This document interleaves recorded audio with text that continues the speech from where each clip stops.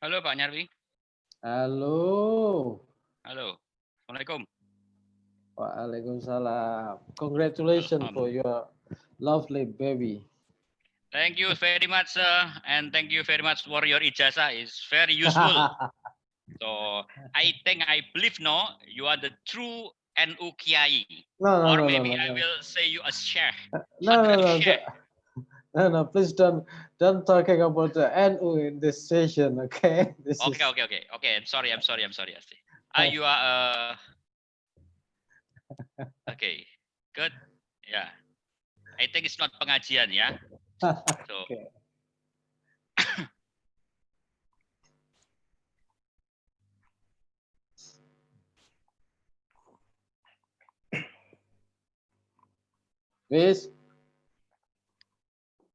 Mas, Wisnu, you're right. Okay.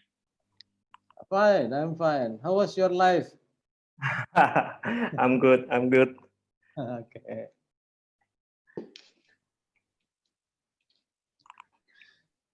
Good morning, Mr. Nyarwi and Mr. Wisnu. Good morning, Dr. Diana Rimami. I look your face so fresh today. That's good because I haven't slept for some time. That's the great news. Sorry, I had to go here to campus because suddenly the electricity went down at home. So, okay, I have no Wi-Fi. Oh my God. That's a terrible thing. Terrible. Yeah.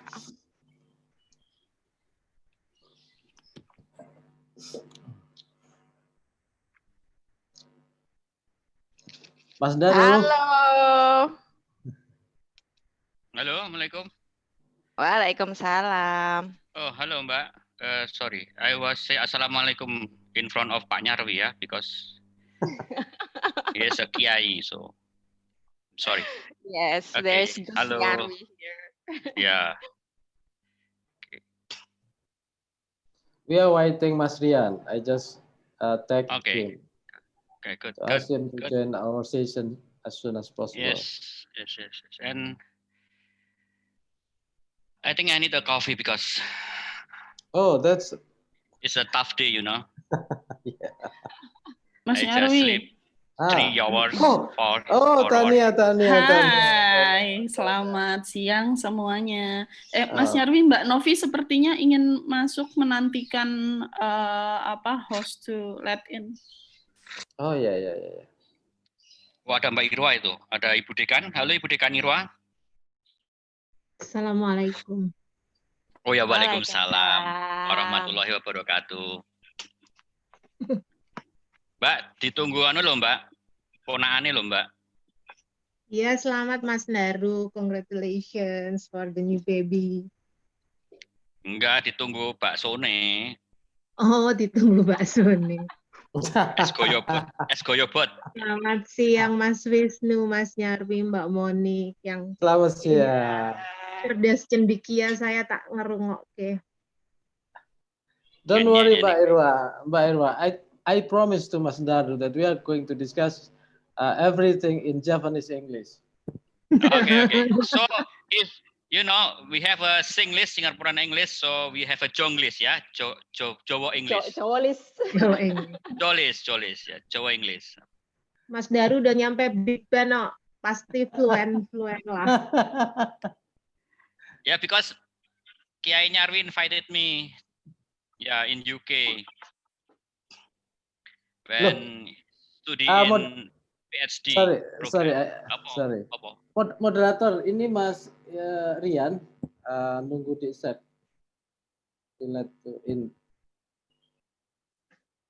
Mas Rian waiting. The host to join the session. Mas Rian, please.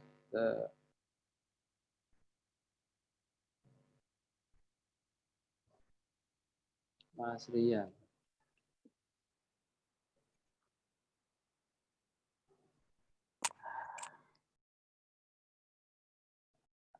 Mas Rian.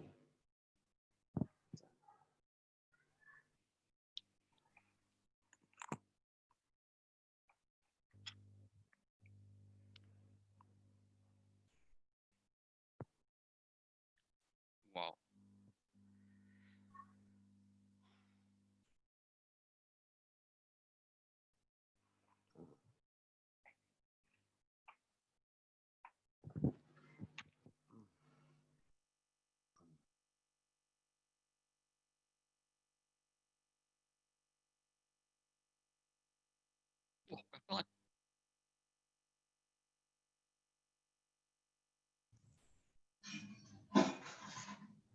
Halo Mas Rian, how are you?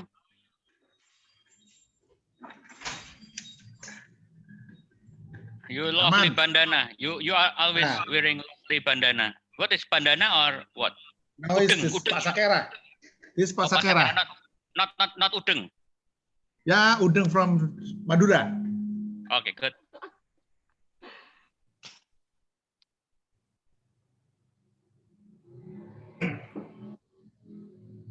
Pak Nyarwi itu anunya mic-nya itu di on-kan dulu Pak Nyarwi. Pak Nyarwi. Okay.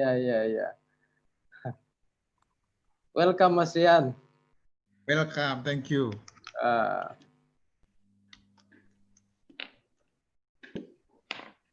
We are waiting one speaker, Mas Budi Rawanto. Halo Mbak okay. Novi. Mbak Novi. Baik, alhamdulillah. Piye Bapak Anyar? Rading Bapak wis kedua Wow. ya. Anaknya sing anyar. Ayo saya nganyar. Setelah 8 tahun. Finally Oh, I get yeah. a new baby. Yeah. I think it's blessing from COVID because we don't know anything. But it's produced before COVID, you know.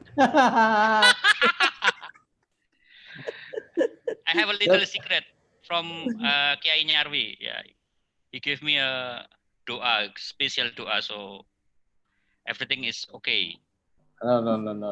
Don't talking about ijazah here. Okay. We can discuss about that with Mas Rian. Okay. It's a special tips Advisor. advisor for new baby. Yeah. Oh, Mas Rian gone. Wisnu. No. Yeah. Okay. Wisnu Prat so rapi today. Yes, because this is actually my first conference, so I'm trying to Your dress first properly. in this year ya. Yeah. Mas Budi. Kayak mau ke KUA pakai jas. Jangan-jangan habis ini. Amin. Sayang banget nggak tak rekam, Amin, lumayan itu garapi bahan garapi Wisnu. Amin. Tania. Amin. You must contact Kiai Nyarwi to have a good ijazah. Pak Wisnu. Hey, no. This is not the place for marketing ijazah. No. Okay, about ijazah. In this session, we have different session. So we still with Mas Budi ya. Yeah, like waiting. I want to say waiting a god, but he just said. I think I need to Mas dress Budi, properly. He said that I need my- to dress properly. I think Mas Budi is waiting Tresno. Yeah, I think it's good. So maybe it's Waiting waiting for Tresno. the room ya, because I wait about 5 until 7 minutes maybe to enter this room. Oh yeah. Wah, ada Mbak Ratna. Halo Mbak Ratna. Wah, ini senior saya semua ini. Waduh. Mohon izin, mohon maaf. Senior semua. Zam, how are you, Zam? Zam. How are Baik you, Mas, terima kasih. We miss you, Zam.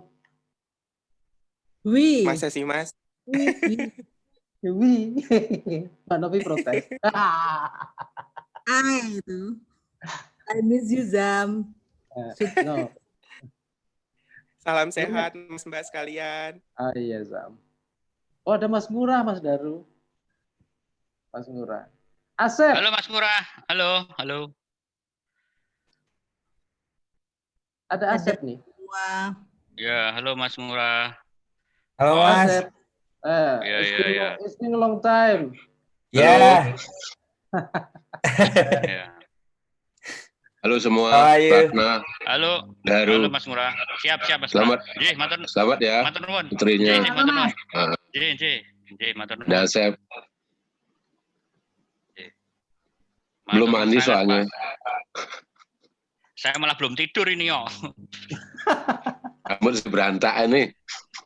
Ah, saya sudah Pai. lupa gendong bayi, wes 10 tahun nih. Ora apa-apa. Narwi, I think maybe you can start. I will try to Okay. contact Budi ya. Okay. Direkam live. Mas Budi, ada kendala dari tadi masuk ke waiting room, tapi belum bisa masuk. Di host juga belum bisa terrecognize. Kayak ngopi yang sebelumnya itu juga ada kendala. Okay. Good morning, everyone. Yeah. Okay. Yeah. Can we start our plenary session right now? Okay. Good morning, everyone. Assalamualaikum warahmatullahi wabarakatuh. In this session, we are discussing, I think, this wide range of the topic or the issues about COVID-19 and outbreak and media, communication, journalism issues. I think the first session when I started to organize this session, I'm trying to find the big picture or the big theme because the speakers seem have different specific topic that try to explore in this session. But I think our focus in this session is about we have seen that within the last couple of months that there have been some issues in the media, communication, and journalism as well, in the film industries that come up in our public discussion. That it is, I think it is the good time, this the right time to explore not merely the phenomenon related to these issues, but also what actually behind the development of the problem. I mean, there have been the crisis of journalism, crisis of public communication, crisis of, I think, the documentary film industry. And right now, we have a full speaker. The first speaker, Mas Dr. Rian Nugroho. I think Mas Rian, the first thing I'm trying to introduce Mas Rian. Oh, I forgot to introduce myself. Sorry. My name is Nyarwi Ahmad. My name is Nyarwi Ahmad. I'm one of lecturer in Department of Communication, Gadjah Mada University. My expertise related with political communication and the media and politics. And I've been teaching related some subjects, not merely about the research method, but also communication and politics. And no, my role right now as moderator that I'm trying to manage all of the discussion today. And we have a full speaker. The first speaker is Dr. Rian Nugroho, one of the best alumni, I think, alumni of Department of Communication Science, Faculty of Social Political Science, Gadjah Mada University. And he is also chairman, Institute for Public Policy Reform, sorry. And there are so many positions like senior visiting lecturer, University of Indonesia, University of Jenderal Ahmad Yani, National Defense University, and some of the university overseas like University of Malaya, Kuala Lumpur, and also Science Technology, University of Electronic Science and Technology, China, Chengdu. Mas Rian, today we are Mas Rian going to present the paper entitled "The Crisis of Crisis Communication of COVID-19 Policy Response." I think there is a very intricate term because the crisis. What is the crisis of crisis? We are going to discuss this. Then Mas Rian, I think the first session, Mas Rian will give us some outline what he means with the crisis of communication. We are going to hear Mas Rian, I think, have some thought to give us some insight. What is the crisis communication according to Mas Rian views, and how the crisis should be managed properly? And I think the important question in here is also what the government should play to manage such crisis. I think Mas Rian, you got more or less 15 or up to 20 minutes to present your paper here. I think you can start now, please. Okay, thank you. I would like to acknowledge Prof. Murah, Prof. Nyarwi, also Prof. Nopi, and also Prof. Daru. I think it's difficult to me to speak in English because I think it's about how many years, maybe 10 years I didn't teach in English. So, but I try my best. What I have to share with you that it's quite startled this morning because I have a call from the Gugus Tugas of COVID-19. They asked me to become an expert advisor for the team. So this actually I'm very glad because you all asked me to write a communication regarding to the COVID-19. So first of all, I would like to share with you that the issue of COVID is it's not just meeting with the issue of the virus itself, but the issues about the communication itself. And as far as I know, there is no communication persons in the team of antivirus and the COVID-19.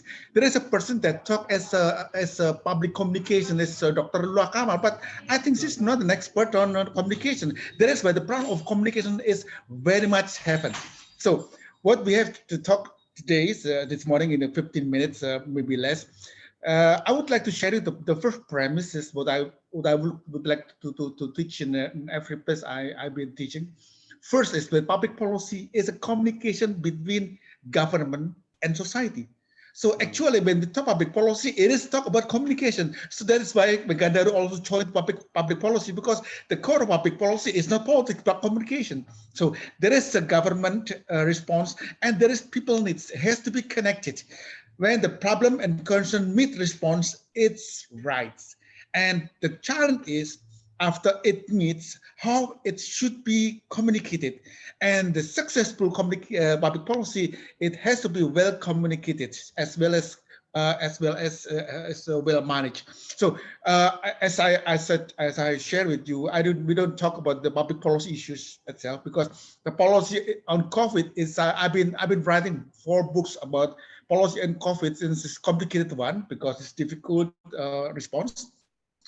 But I would like to share about the government policy well communicated or in crisis, because why? I see that the press couldn't communicate what the crisis is, and even government didn't know how to communicate. And these are the issues. First of all, the trust. Government trusted by society, and when government deliver any kind of message and then will communicate, adapt it, and create a public value. The new public value or the inherited public value create a new trust. So it's strengthening trust. We can see here the communication is a core issues of the government concern. So what we have to share is, look, all the things we have to talk in the team is about that if we are in a crisis. So the effective crisis communication is about how we tell people in the team. Now, they don't have even the methodological method for crisis communication. And I would like to mention Hurt and Hare, that he mentioned that there are 2 kind of approach to make effective crisis communication. First, it has to be methodological. Secondly, it has to be culturally. So there is a hard side and there is soft side. This is theory of heart of head, and I think I would like we are in communication studies, we would like to explore this because we are left behind on 2 issues. And as a student, I'm not a lecturer. I'm a student. As a student of communication, I would like to conclude that whatever condition in the context of communication, it's still the process is just like this. There is an ideas, there is a message, there is a send, look, and deliver. Jokowi told us, told the minister, you should not stop at the send, but deliver it. And after that, it's a perceived and accepted. If you can perceive it, if people perceive it, and then people accept it, and then change. Every communication has to change. There is why there is 5 key issues. First, understanding. It has to be easy to understand. Number 2 is right. It's the right message. Number 3, trust. It has to be trusted and source and channel. Integrity. It's a communicator as leader. And lovely, if you have remembered the Stephen Windel, the play theory of communication is also core of the effective crisis communication. The challenge is, in time of crisis, there are need for crisis communication, and it is harder than common communication, and there is a high level of uncertainty. That is why it is not easily get effectiveness. And the challenge, just like this, Ohio and Head noted that the key success factor of the crisis communication is a leadership, is a credible spokesperson that can deliver a knowledge message. The challenge is, we can see, we have this doctor, we have this beautiful doctor also, there's a professor, but nobody of those three are really perceived by people as a credible spokesperson. The challenge is there is no what we call communication leadership. And there's a problem also. We can imagine how come the a university in Surabaya and the intelligence agency, they created a medicine for COVID. We knew that the virus could have no medicines. It just can solve by our own stamina. That's why it's different with bacteria. Bacteria, you have penicillin, is done. So this complicated message. So the crisis of communication had crisis itself. And we can see also about this on 13th of July, Jokowi targeted that we will have our own vaccine of COVID-19. It's come from China, but developed in Bio Farma. But last week, we can see that the head of the team traveled to China with the minister of the foreign minister. Look, they told the people that they have a good news, that they would like to, not look like, they already bought 50 million of vaccines. So this is confusing. Even the team of the COVID response itself did not know how to communicate in a crisis situations. So what we have now, if we would like to conclude, first, the crisis communication now we have is one-way, linear, top-down, formal, legal. And there are some fines or punishment attached to the message. So it just allow approach. There is no communication approach. We talk communication, but communication just gone. So there is a crisis in crisis communication. That is why we have lack of communication-based knowledge as well as science, lack of communication management, and lack of management of communication leadership. That is why this morning I urge the team that please find the best communication expert in Gajah Mada. I'm sorry, I mentioned Prof. Novi, Prof. Hermin, Prof. Nyarwi, because we have a lot. Please talk to them because the issues communication is not low. And we would like to, we need also to accept that the communication and the digital has the difficult and different approach. First, it has to be faster, has to be cheaper. That is why it's useless be using a buzzer whatsoever because it's not cheaper. Better, smarter, smarter, and also sexier because everybody has loved the sexy one. The problem is, look, if we look, we have the problem is the information has to reduce uncertainty. I've been told when I was undergraduate from my teachers, I think I'm quite old enough, but Prof. Murah is older than I. There's a prophet, the people are salt of the earth. When the salt loses its saltness, just throw away.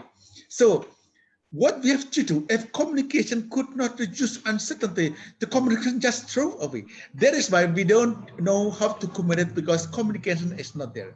Number two, communication has to create public trust, not just saying, I'm the ruler, I have accountability, and I told you this.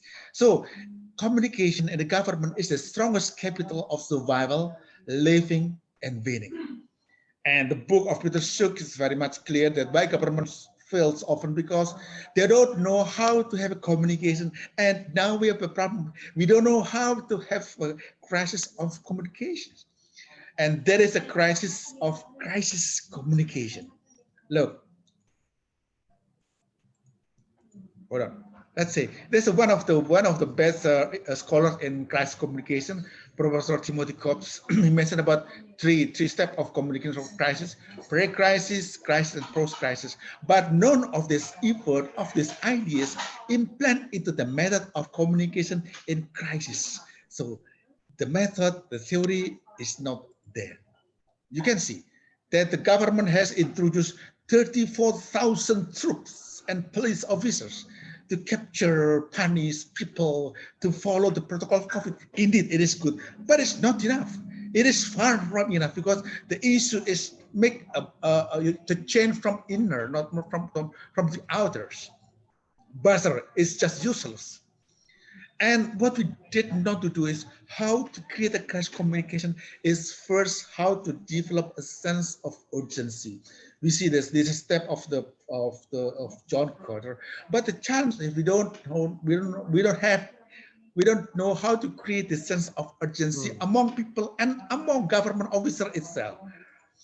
So this some of the steps of the quarters, but this is the tactics. But I would like to share with you that we have a problem.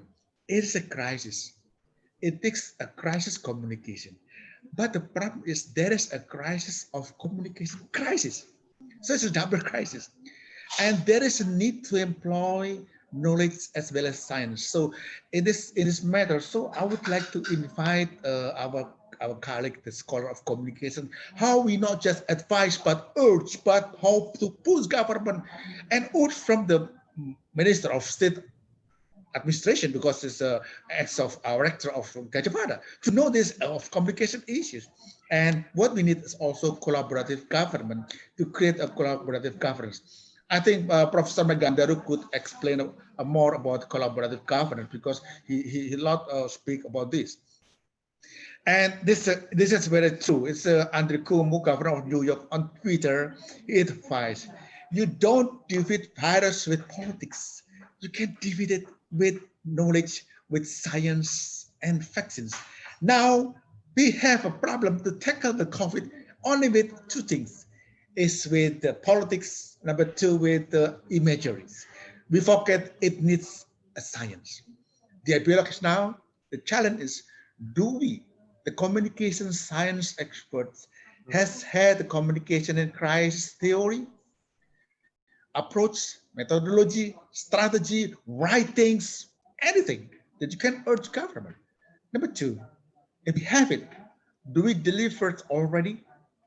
And the third is it a robust one or just a common one? It's a challenge, it's an academical challenge for us. And I think it's a new, I think it's our calling of duty. Number two is how far we, the communication science experts, has had a great public accountability to create and deliver as top priority of than our daily administrative jobs. Because I don't see a lot of writings in media, in Twitter, in social media, even in the mainstream idea, a lot of ideas, great ideas about how the crisis communication, most of it about politics of COVID. And this is quite challenging because we have a lot of colleagues in the mainstream media, but a lot of columns over there. It's not talk about communication crisis. Yes, but it's very small portion. So it is also a need for collaboration with media players. And I would like to share with you, actually, while I was in about 3 years in the regulatory or body of telecommunication. I would like to conclude that, let's say we have a digital society. Actually, as far as I know, and I have my own research, we do not have a digital society yet. We just have a society with digital gadgets and all the unsafeties. That's all. We also do not have a theory of communication of digital society yet. We just have a large theory of communication. So this invitation, we need maybe a textbook right by us. This is about digital communication in a digital society. And perhaps we need to acknowledge it and get inspired, and then inspiring others, public as well as government. So I would like to conclude that the crisis of communication come from the first issues. Now, government did not know how to cope with the COVID-19. The issue is not just law, it's not just faction, but how communicate the agenda to the people. We have a theory of agenda setting, but government did not acknowledge this is communication issue. Number two, we are the expert of communication, and also the practitioners need more and more get involved, get inspired, and get urged to make government know this is the political agenda, this is the policy agenda. And the third is actually, I don't know how far government could adopt this as a part of the what we call collaborative government and make all the stakeholders become part of the policy making. Because what as far as I know, public policy in the democratic society, it has to be an accountable one. Accountable one, it means it connected with the dots, every key dots in the society. Thank you. Okay, thank you, Dr. Rian Nugroho. All of the things that we have heard, really inspiring. I think there is several points that I should highlight.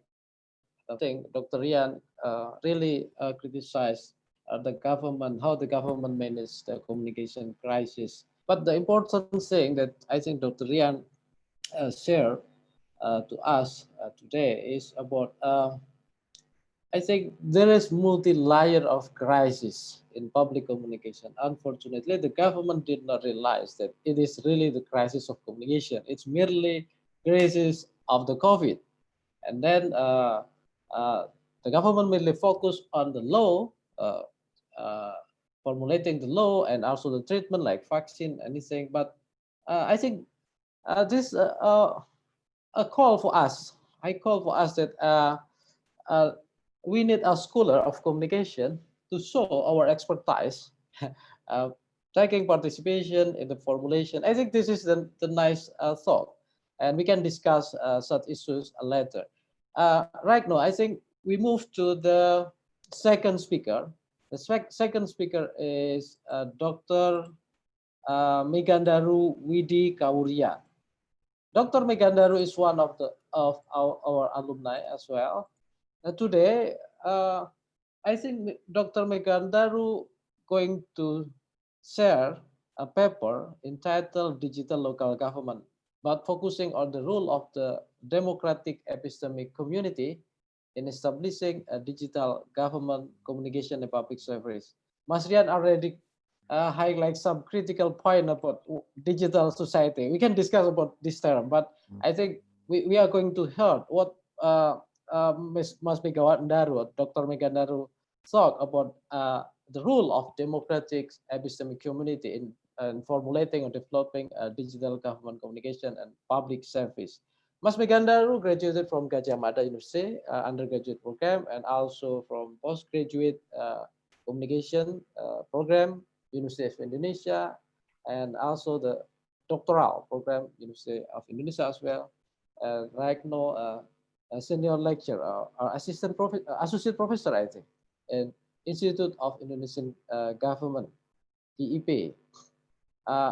Mas Megandaru, Dr. Megandaru, I think this is your time to share all of things that come up to your mind about this topic. Please. Okay, thank you, Dr. Nyawi. Sorry, my English not good like Mas Rian.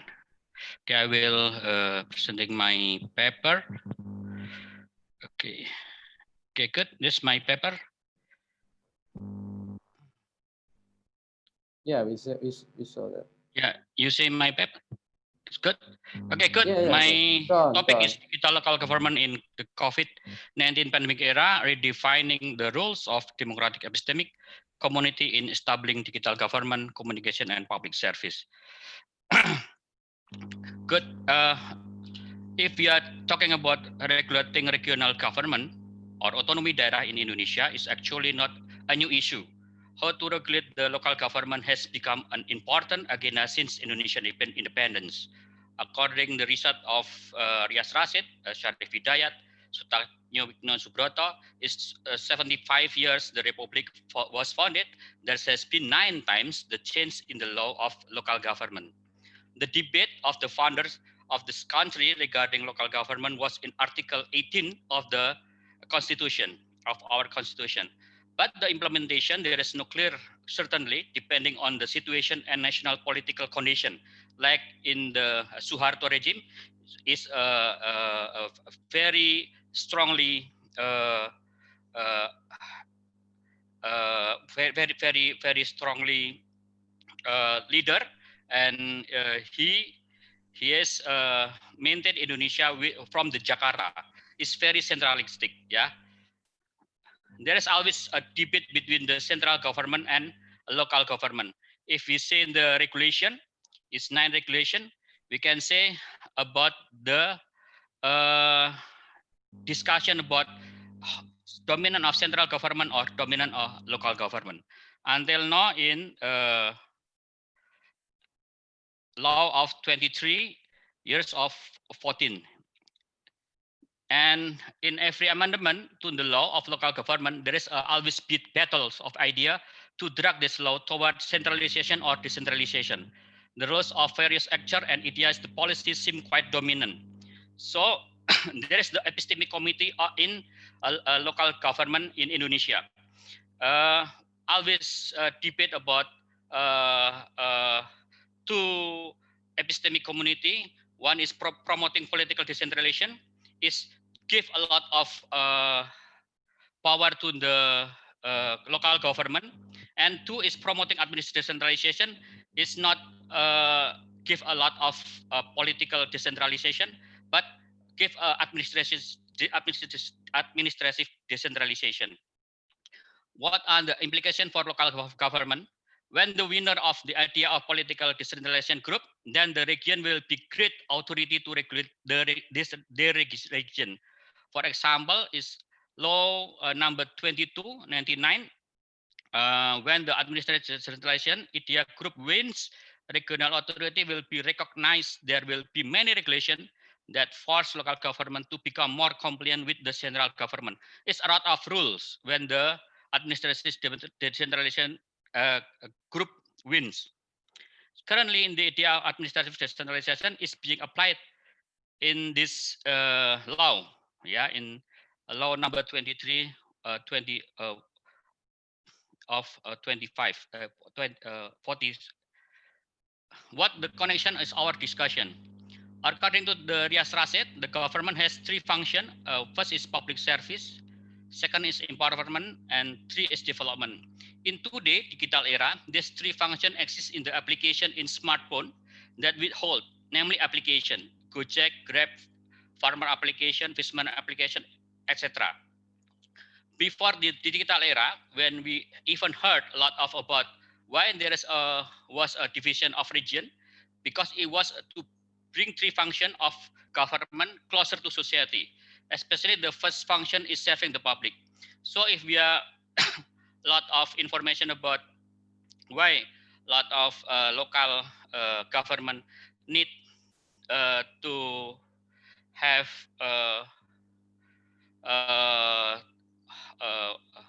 agenda, I think is very very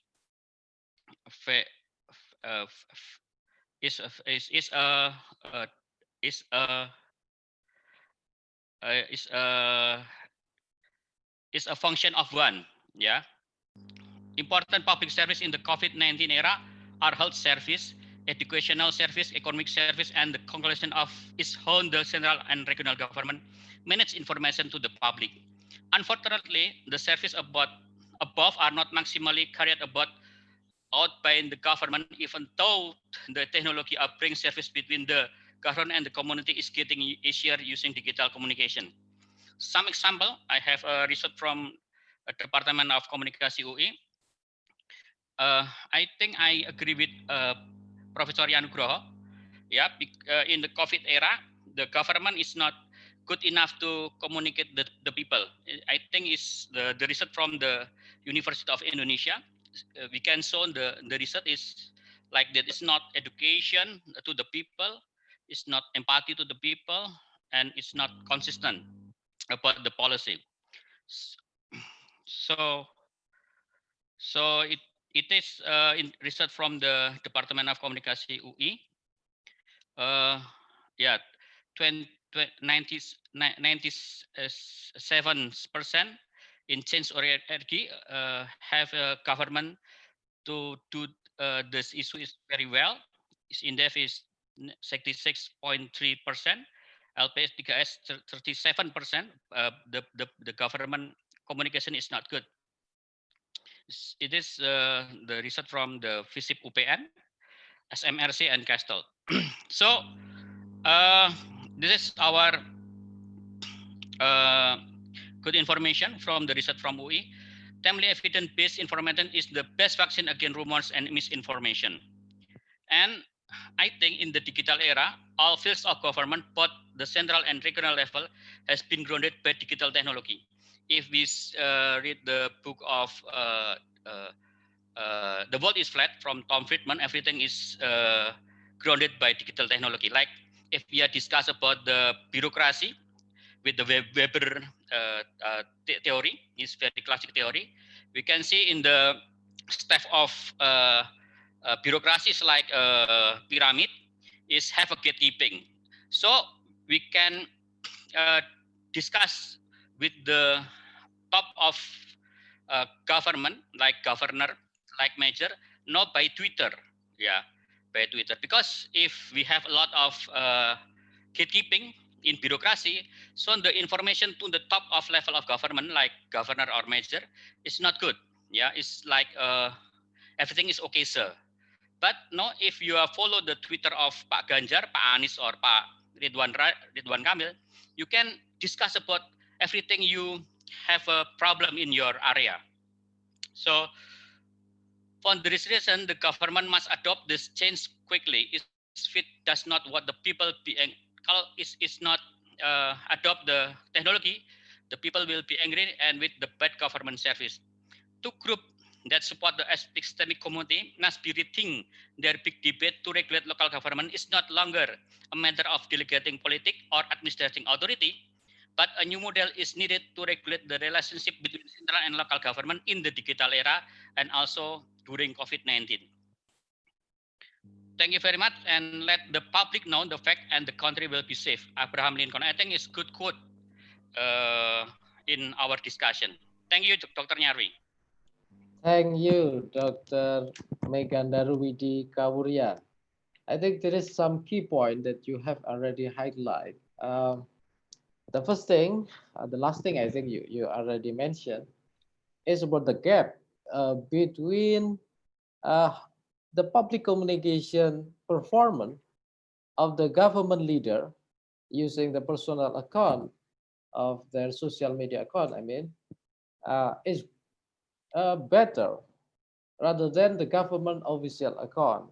This, I think, the crucial issues in the public communication performance of the government institution as institution and the leader of the government as person. One of the projects that are already organized by Department Communication is about public communication performance during the COVID-19 era, COVID-19 pandemic era, about how the government handled. I think Mas Rizal, Mas Rizal here as participant, and also Wisnu also exploring about such issue as well. But despite of such issues, I think there is a second thing Mas Megandaru highlight is about the role of epistemic community. I think Mas Megandaru also could explain further in the next discussion session about how can the epistemic community play in the digital environment. I mean, for supporting or for advising the government. I think Mas Rian already remind us that it is time to change the paradigm from collaborative government to collaborative governance in handling the COVID-19 pandemic. Okay, we can move in the third speaker, the third topic. I think Wisnu Prastya Utama. Wisnu going to give us some insight about journalism. crisis journalism and journalism of crisis, how the media reporting and managing the crisis, how the media informing the public about the COVID-19 pandemic, and also the problem encountered by the journalists, how the journalists manage some crucial or adapting new style of journalism when reporting COVID-19 pandemic. Vishnu, I think you got more or less 15 minutes. Oh, I forgot to introduce Vishnu. Vishnu is one of junior and brilliant teacher or lecturer in Gajah Mada University Department Communication. Vishnu graduated from the Gajah Mada University undergraduate program and also from University of, I forget, Leeds or Leeds. Leeds, yeah. Okay, that's correct. Yeah, Leeds University in the UK. Okay, please, Vishnu, the floor is yours now. Okay, thank you, Dr. Nyarwi, for having me, and a very fantastic presentation from another two panelists. And good afternoon. My name is Vishnu Prastya Utomo, and I'm a junior lecturer at the Department of Communication Science, Universitas Gadjah Mada. Me and my research team are very humbled to present our ongoing research in the second symposium on social science, organized by the Center for Southeast Asian Social Study 2020. And before I start my presentations, I want to say that this is still an ongoing research.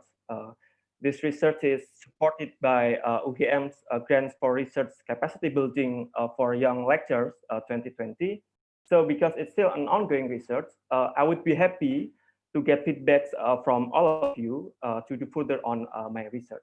Okay, I'm gonna share my screen. Oh, wait.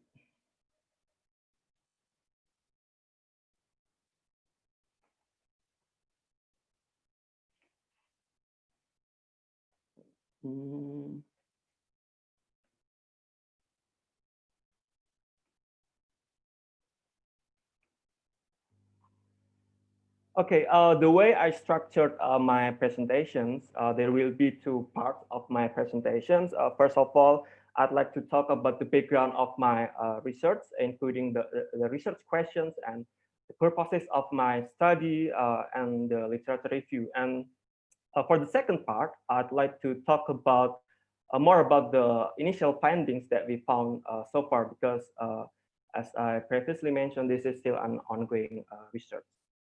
Okay, I and my colleagues are conducting this research because we believe that journalism have an important role during the times of crisis, and providing verified information is especially critical in situation like today that we have. It's kind of unprecedented crisis. So I think the role of the media is more important than ever. And we have to understand the context that we are in, because incomplete information and the rapidly evolving the nature of this pandemic, WHO, for instance, predict that we have to live in these conditions until 2021 or 22. And the rapidly evolving nature of this pandemic have provided the fertile ground for the spread rumors online. And unstoppable flood of misinformations have been released on social media, some of which have been picked up and amplified disappointingly by the mainstream media. And WHO calls these situations we are in as infodemic, an overabundance of information, some accurate and some not, which occur during this crisis. So based on this background, we would like to understand what is the role of the Indonesian media during this unprecedented crisis, or you might say this kind of tsunami of information. In order to do so, to understand the role of the Indonesian media during the crisis, I think we must understand how media oligarchs work in Indonesia. because media oligarchs shapes the news that we consume every day. As some of you might familiar that our media, Indonesian media or our news have become increasingly partisan and biased. And the most obvious examples of this bias and partisans are news coverage during the general election in 2014 and 2019.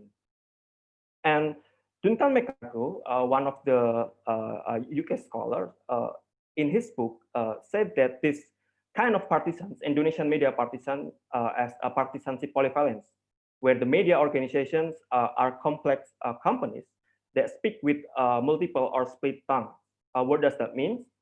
It means that rather than ideologically affiliated with interest groups or some might say political parties, the media in Indonesia are more closely with the various political actors in the Indonesian political landscape. I'm highlighting this because this context, media oligarch context, is very important in understanding Indonesian media coverage on various issues, including the coverage of the COVID-19 outbreak. The tone of the media coverage will depend on the political affiliations of its owners, and whereas the response from the governments to the media's tone or coverage will depend on how the policies, the governance policies, or the government personalities are displayed by the media. So based on that background, we have formulated the research questions into how do the Indonesian media report the COVID-19 outbreak, and what is the main focus of the media coverage during this crisis. And the study aims to see the Indonesian media coverage and focus on the practice of the crisis journalism during the COVID-19 pandemic. That way, this study or this research hopes to see two things. First of all, whether the role of the media in distributing information during the crisis has worked well, or has it distorted the information. This is related to the second thing, namely how crisis journalism is practiced in Indonesian media during this pandemic. Okay, the method that we're using for this research is content analysis. So we are analyzing the headline news on the front page cover of 7 national newspaper, Kompas, Koran Tempo, Republika, Jakarta Post, Jawa Post, Koran Sindo, Media Indonesia, and 2 online media, Tirto ID and CNNindonesia.com, from January to July 2020. And also to support the content analysis, we are also conducting a focus group discussions and in-depth interview with the relevant journalists, as well as the rigorous relevant literature review within the topic. The focus group discussions and the in-depth interview are designed to understand the conditions faced by many journalists in Indonesia. And by doing so, we hope to have a better understanding the complex process of the journalistic practice during this unprecedented crisis. Okay, we are borrowing this concept from Barbara Reynolds and Matthew Seeger, namely crisis and emergency risk communications. This framework will be implemented to break down the focus of media coverage in Indonesia before and during the pandemic. And we are using this framework because it provides us with the stages that we have to face during the crisis. In this CRC, there are 5 stages: pre-crisis, which happened before the crisis happened; initial event in the early days of crisis; and then the maintenance event during the crisis that we are in today; resolutions when the end of the crisis is in sight; and then the evaluations after the crisis ends. The 5 stage of CRC model assumes that crisis will develop in largely predictable and systematic ways, from risk to eruptions to cleanup and recovery on into evaluation. And based on this framework, we want to understand whether journalism, especially in times of this kind of disaster of crisis, as Ahmad Arif said, as you can see in my slide, become a disaster for or crisis for journalism itself, or the role of the media in distributing information during the crisis has worked well. So I'll move to the second part of my presentation. I'll talk more about the several findings that we found so far. In the pre-crisis, and by pre-crisis, I mean the conditions before Indonesia finally discovered its positive COVID-19 first case back in early March. There are 4 themes that we found in the media headlines, but I will only highlighting 2 of them briefly. About the misinformations and racism against China. Oh, okay. So in the Indonesian social media realm, in the early days of this pandemic, the response on social media has not only been dark jokes lacking empathy, because given the political polarizations that has occurred among Indonesians online over the past several years, it is not surprising that some netizens sought to make the crisis in the early days, into a political commodity. For instance, religious conservative groups, for example, connected this virus into human rights abuses of Uyghur Muslims in China. While the 2 issues, the coronavirus and the human rights abuses in Uyghur Muslims, are clearly unrelated, we see that there was a widespread support for such views.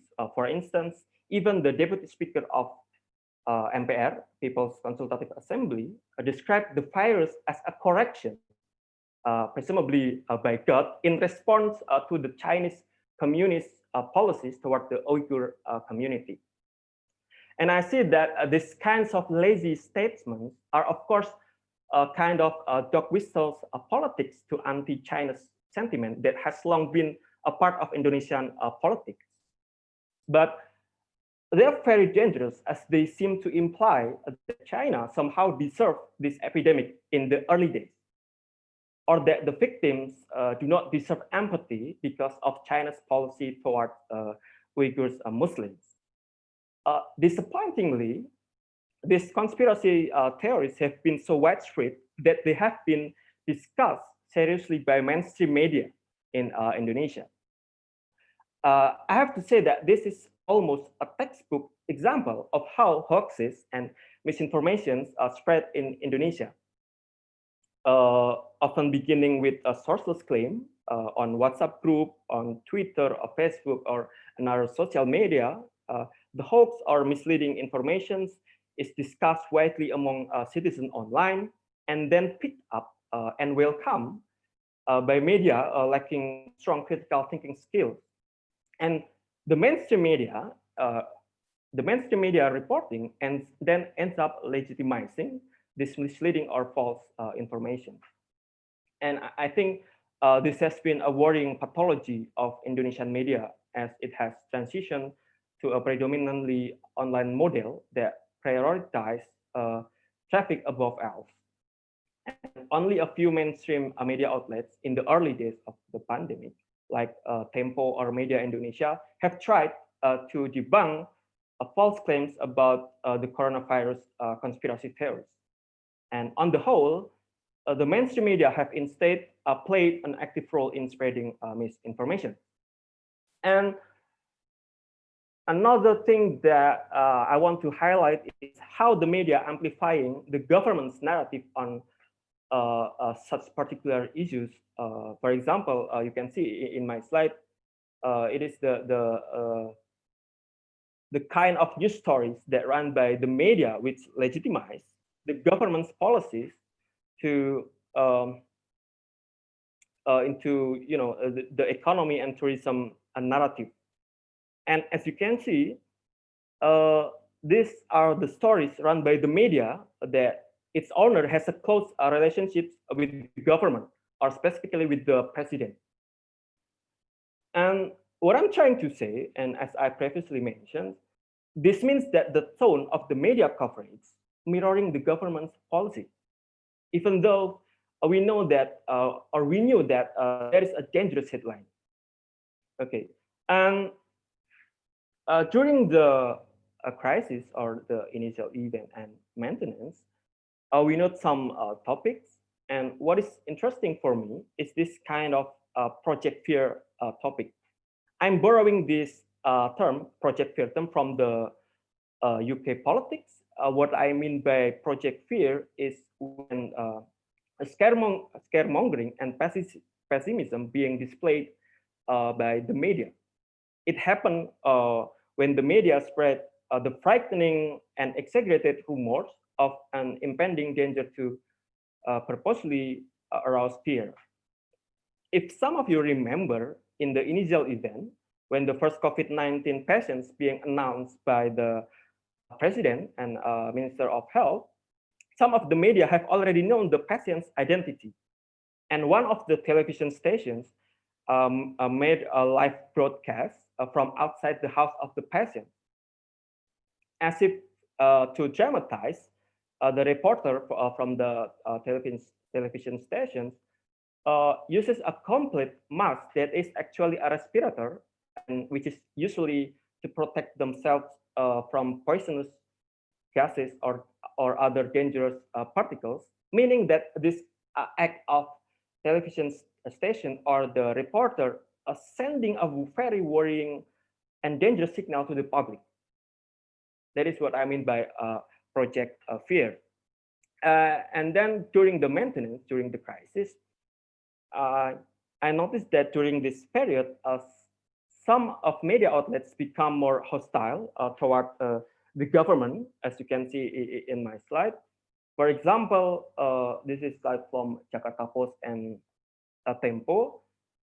And also another media outlets like Tirto wrote that the Ministry of Health underestimate the COVID-19 outbreak by allowing flights to Indonesia from an affected country.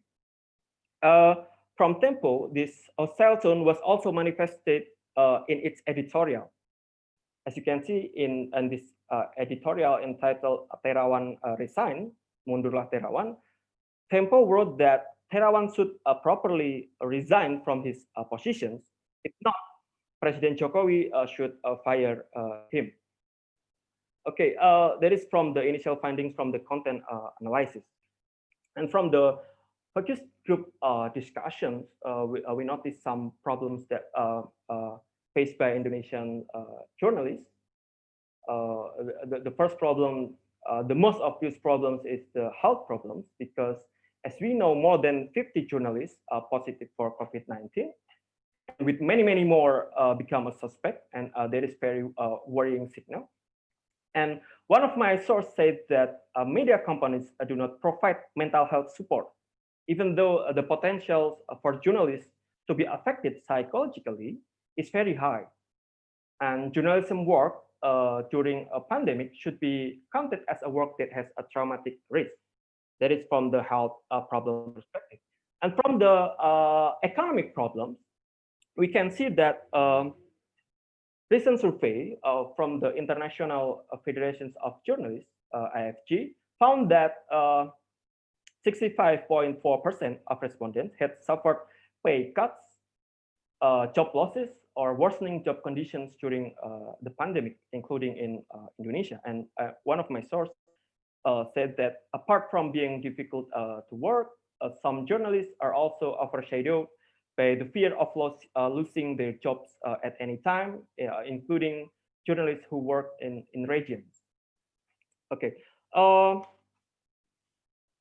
conclusion, or in our initial, my initial conclusions, there are some things that I want to highlight. First, in the early days of crisis, several media in Indonesia mainstream a conspiracy theory that was difficult to justify. And second, political affiliations and ownership have an essential influence on the media reporting. Consequently, the media cannot stay apart from the government if they intersect with the owner's political interest. Third, the hostile media attitude towards the government. In a democratic country, I think this condition is normal. The government needs a media to supervise power to remain accountable and transparent. But in the last few days, we noticed that there are some worrying and concerning tendencies because some of online media has been hacked, and its articles, especially the ones that criticize the government's handling of COVID-19's outbreak, being deleted by the hackers. It happened to Tempo, Tirto, Kompas, and Detik.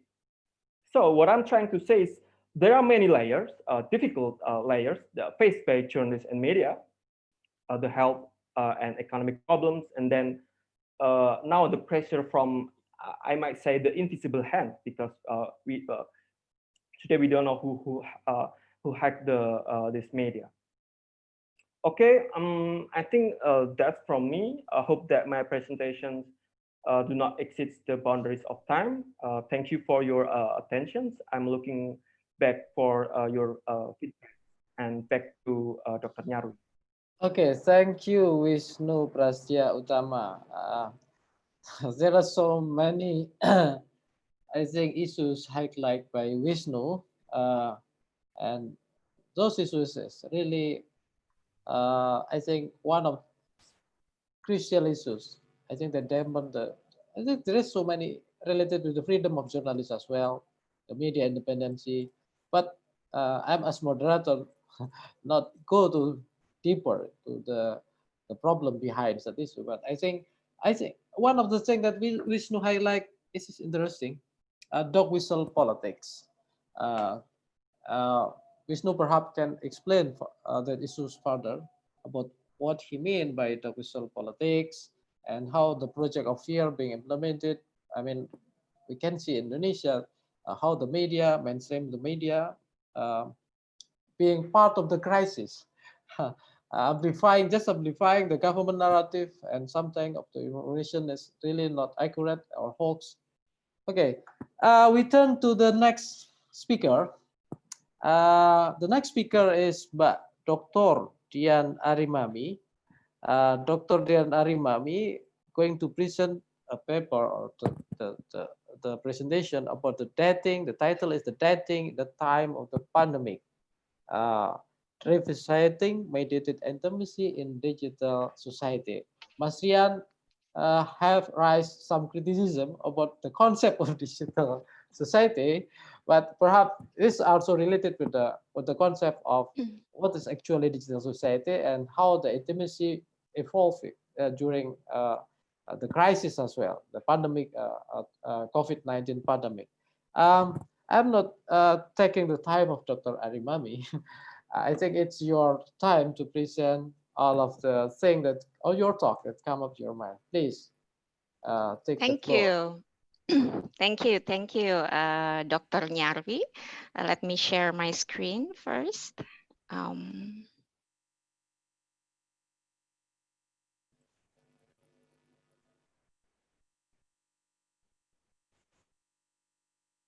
Okay, is my screen on? Yes. Just like to confirm. Okay, thank you. Okay, great. Thank you for the opportunity, and good afternoon to everybody here. And a little bit different from the three speakers before, I would like to be talking about dating in the time of the pandemic and inviting everybody to be looking back at mediated intimacy. Okay, so basically, ever since we had the pandemics, there were a lot of issues, of course, and we had a change in how we interact with everybody, with social distancing and so on. And there are many questions or many discourses asking about interpersonal relationships, how people are craving to meet other people because of this social distancing. And there is also a high anxiety. There is also depression that we have witnessed during the pandemics. And the issues of dating was something that I thought would be interesting to bring up during this exploration and discussion. Not to mention the phenomena that we are also, which is real from what I have mentioned, from anxiety, depression, and so on, until the condom crisis as well that we know globally happened. Okay, let me start talking about media and intimacy in prior. But before saying that, I would like to highlight as well, talking about intimacy and dating. Intimacy itself is actually something that is in human relations, both between human to human and human to non-human objects, also to the ideas of social time and space. So basically, when we're talking about intimacy, it's also beyond the limits of sexuality. And I would also like to highlight that, because some people think that when we talk about intimacy, then we talk about in the limits of sexuality. But in this case, I would be talking about in the limits of sexuality. So it is about interpersonal relationships and how it has been shifting, or how we have seen new things going through during the pandemics. Talking about media and intimacy, we know that the media have a great role in affecting how people communicate, how people interact with each other, or how they form types of relationship. We can see actually, dating back, that types of media have a way to creating image and creating human relationships. We are told by the print media, from the magazine, what is it, what it is to have a relationship, or how it is to be intimate, and so on. And okay, there's a Louise here. I kept it so I don't forget. Louise, in her research, she said that, or she found out that there were so many changes in the way people have relationships due to the advertisement that we have seen over the years.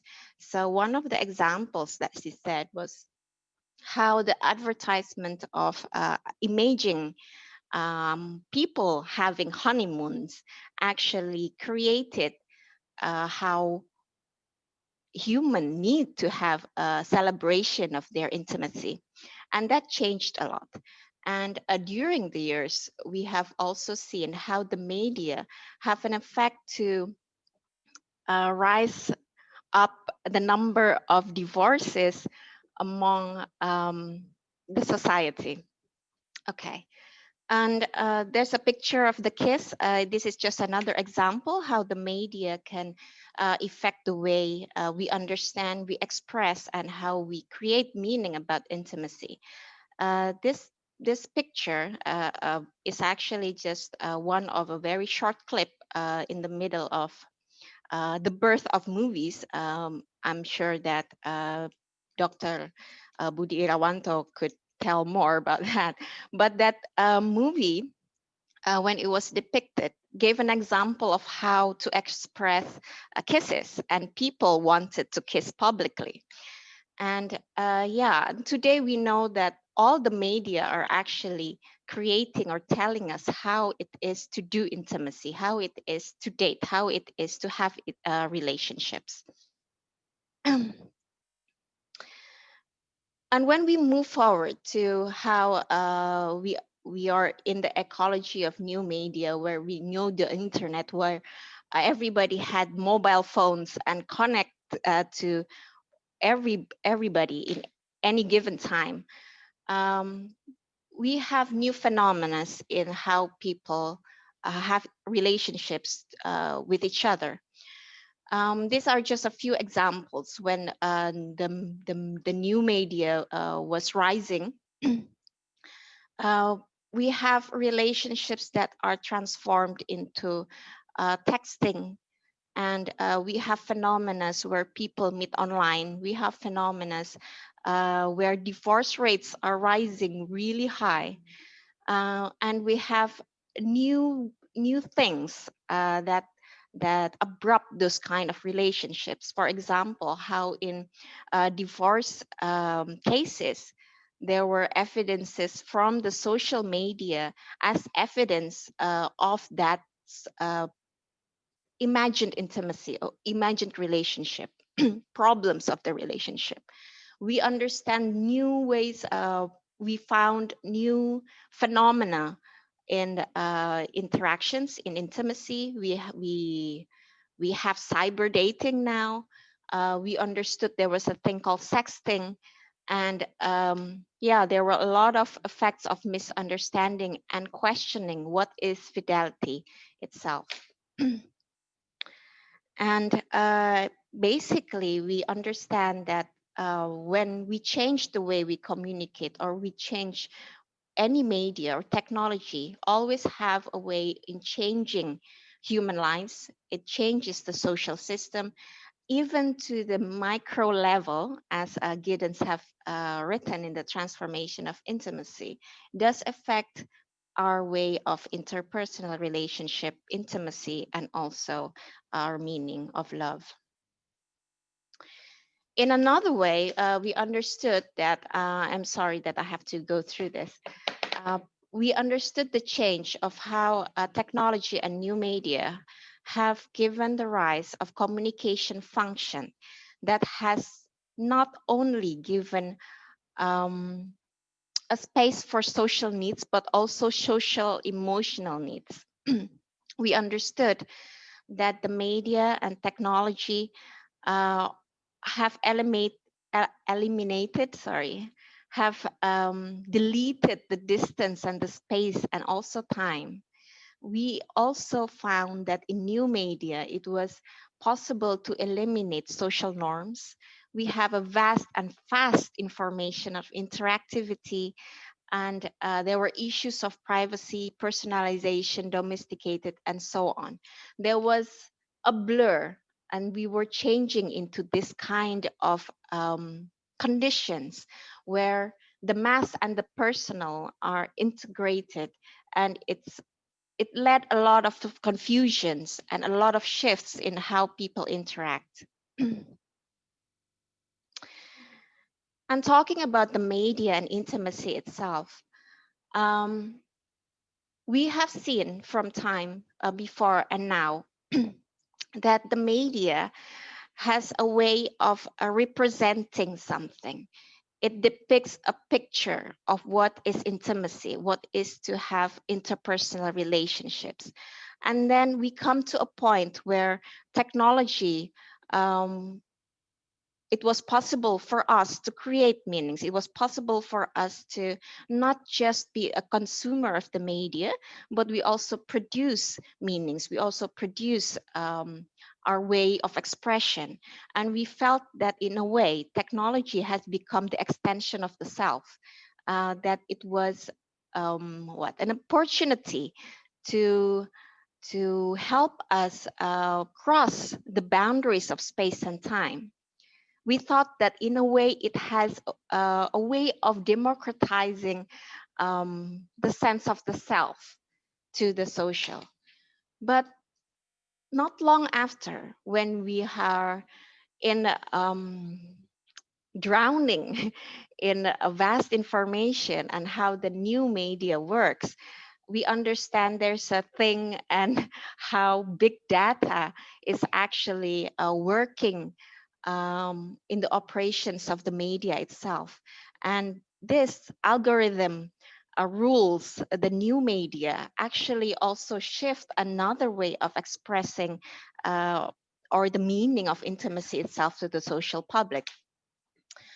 So when we're talking about a possible expression or different types of expression in a way we interact with people, we are back to the power of gatekeeping and the power of how algorithm rules the new media. And we also see how this changes the way we communicate, how this changes the very sense of how human interactions. There are formed rituals because we are bounded or we are trapped into types of application. Let's say now we talk through the WhatsApp. So there are ways that application itself creates or form our way of communication. People use the application of Tinder, Cupid, OkCupid, and so on. These types of application also forms the way we communicate. They have these boundaries of creating a certain language and a certain way of creating interpersonal communication. So we see that how the media works, or how the media have a really great role in transforming and also not just transforming, but giving out, uh, highlighting messages and values, whether where we're talking about intimacy, is it highlighted in the passion? Is it highlighted in romance? Is it highlighted in a certain type of emotions and so on? We have a dynamic of how the agents, the humans, and the media play a role in creating this knowledge space of how people interact. But not only talking about how the media works and how technology plays a great role in forming human relationships, we come to a point to also in the communication studies, when we're talking about interpersonal communications, we also understood that the point, the element of self-disclosure is actually essential part of what we call intimacy, of what makes intimate relationships. And this is actually something that I think needs to be rethought again after what we have going on in our conditions. Okay, so basically, when we're talking about the media intimacy and also how people relate to each other, media, either it is from before of what we have seen, the transformation of media and technology communication, we have seen a transformation where the media have played a role of creating intimacy that is done collectively. So we have a certain value, a certain way, and we are forming those type of relationships due or dependent to what the technology, communication technology brings to us. And because it is a very, communication is very essential and determinant to cultural and human lives, we see that there's this dynamics of change all the time and transformation all the time. There's creating meaning, there's value, and there's different expressions. And also the dynamic or interplay between the power of the media as well of the people. So talking about mediated intimacy or intimacy in the digital age, before the pandemic, before this pandemics, scholars have seen that there is a transformation, there's a shift of interpersonal relationships that is creating a very different type of dating, creating a different type of how people interact with each other, a different form of intimacy.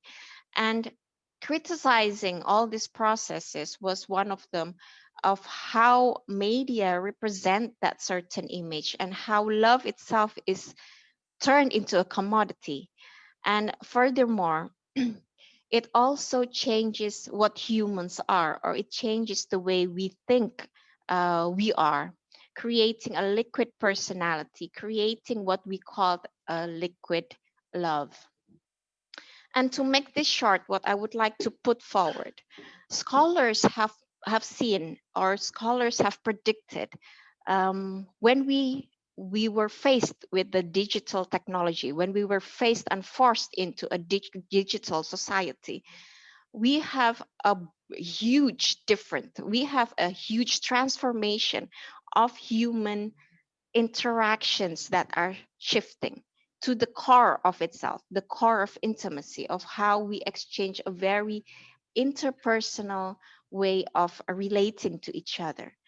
And they have criticized that there is a love that is so commoditized by the media. Bowman said that in this type of ecology, we are faced into liquid identities, and we understand or we practice liquid love, where there is actually nothing called exclusivity, let's say. There is a flow of how people interact with each other. There is fluid intimacy, and also the birth of cyber intimacy, which is another different thing, but it has changed or thought the prediction of how human interactions can have the change of human interactions can have a big effect on how we are creating the dynamics or how we are creating the society itself today. And all of this, we're actually just, imagining what intimacy is creating in this digital world, let's say. When we thought that time and space have been deleted by the birth of new media and so on, we have that great transformational shift. But suddenly, at the first beginning of this year, sometime in January in Indonesia, it was in March that we realized we have this global pandemic, and we are suddenly put into stop.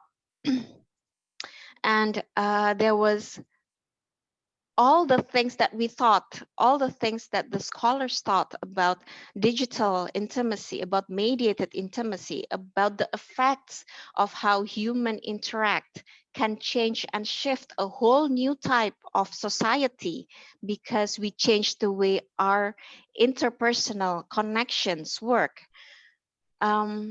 Needs to Dr. be. Dian Arimami, would you please summarize? Okay, yes. Sorry. It is said that it is an addition, that it works because it is an addition. But in this pandemic, it is actually, we can see that it is a substitution, because then after all this time and space is gone, we are actually trying to get those time and space.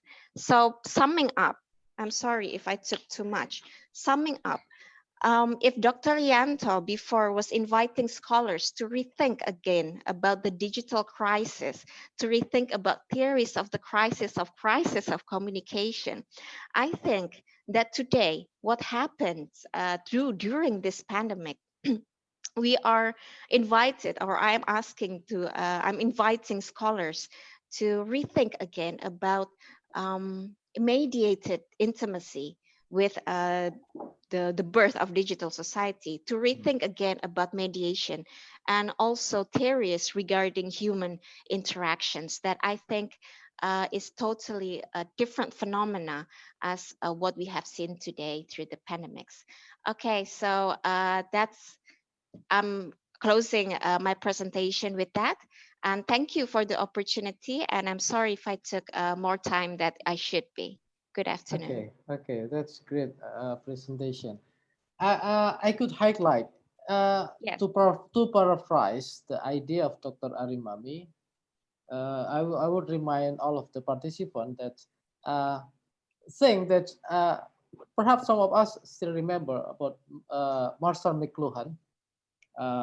Dr. Arimami said that the media, we as a representation of the self, an extension of the self.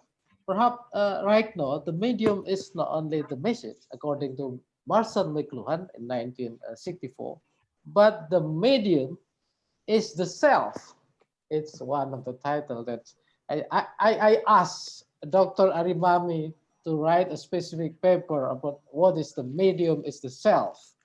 But we can discuss in the other session about that issues, because there are so many topics like liquid identity, liquid personality, liquid love. anything liquid, right? No, we have not seen the really stable identity, personality in the new media or digital media era. Okay, next we move to the final speaker. Sorry, Mr. Budi Rawanto, I put you in the last time. But I invite Dr. Budi Irawanto. Budi Irawanto, he is one of the lecturer in the Department of Communication, Gadjah Mada University. Dr. Budi Irawanto will discuss or present the idea about cultivating collective knowledge and collaborative work, documentary filmmaking during the COVID-19 pandemic in Indonesia. I think this is one of the interesting issues. I think how the collective knowledge being created, collective work being managed by the documentary filmmaking. Please, Dr. Budi Irawanto, to take your time for presenting all of the thoughts in your paper or your presentation. Okay, thank you, Dr. Nyawi. I think, as you know, it's like an idiom that we usually save the best for last. Yeah. So as we hope so. We hope so. So as the last presenter, I have an opportunity to pick up some idea of the previous presenters to complement my presentations, such as the idea about, like Dr. Rian mentioned about collaborations, crisis, transformation, safe, and so on. So I think my presentation tried to relate to the previous presentation. So let me go to my slide. Okay.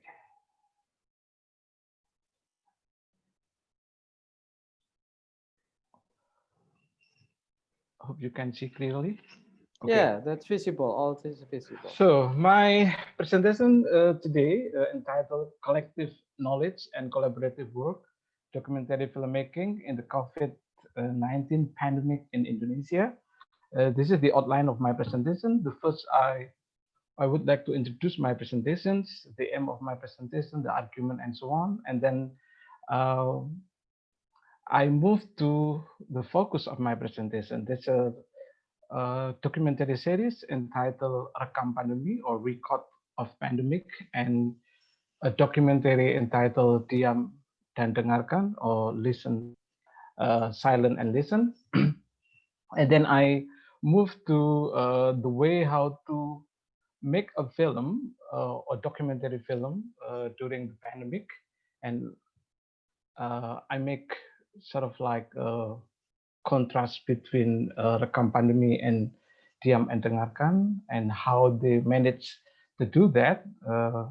And then I will explain about the making a collective knowledge and how actually the documentary filmmaking is quite essential to make more open and how to call it, more like inclusive knowledge facilitated by digital technology. And then I moved to explain about YouTube as a documentary film platform.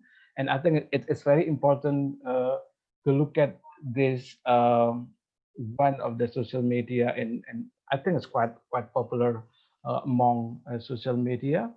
YouTube as a platform that everyone can access and can see many kind of videos, either like home videos, and also like the good quality short film, and as well as classic film.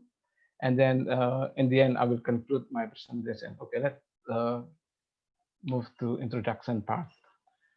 So the background of my presentation today is actually the COVID pandemic in Indonesia. And as we see that the COVID-19 pandemic has severely affected the film industry in Indonesia, particularly, the business of movie exhibitions or bioskop in Indonesia, and also some of the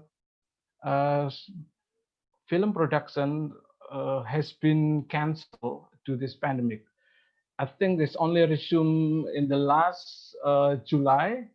Some production house started to shut in the field, but of course they need to comply with very tight protocol. And then the situation is slightly different in the field of documentary film because some documentary filmmakers remain actively engaged in filmmaking.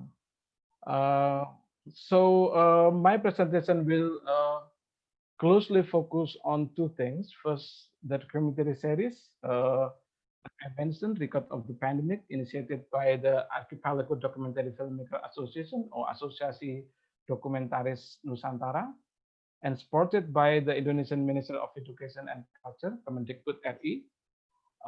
The second one is the documentary entitled Diam dan Dengarkan, Listen and Silent and Listen, produced by Anatman Pictures. This is actually the commercial production house, but for this documentary, they work pro bono. So they do this for non-commercial purposes. So my objective of my presentation today is critically discuss the role of the documentary filmmaking in cultivating collective knowledge in the time of crisis through collaborative works. As you know, that this collaborative work actually embodying common ownership, which allow the audience to edit, modify, and distribute the documentary film in various digital platforms. I think this is quite interesting because this practice of documentary filmmaking, at least in the both cases, is actually defining, or redefining the meaning of, like what so-called the intellectual property right, because they make their work is available for public. And my argument of this presentation is actually documentary film play a crucial role in facilitating more inclusive knowledge, archiving precarious moment in human history.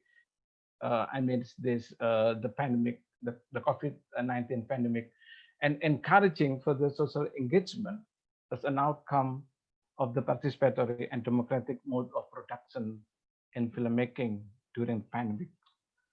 So I will invite you to look at closely the pandemic of Record of the Pandemic.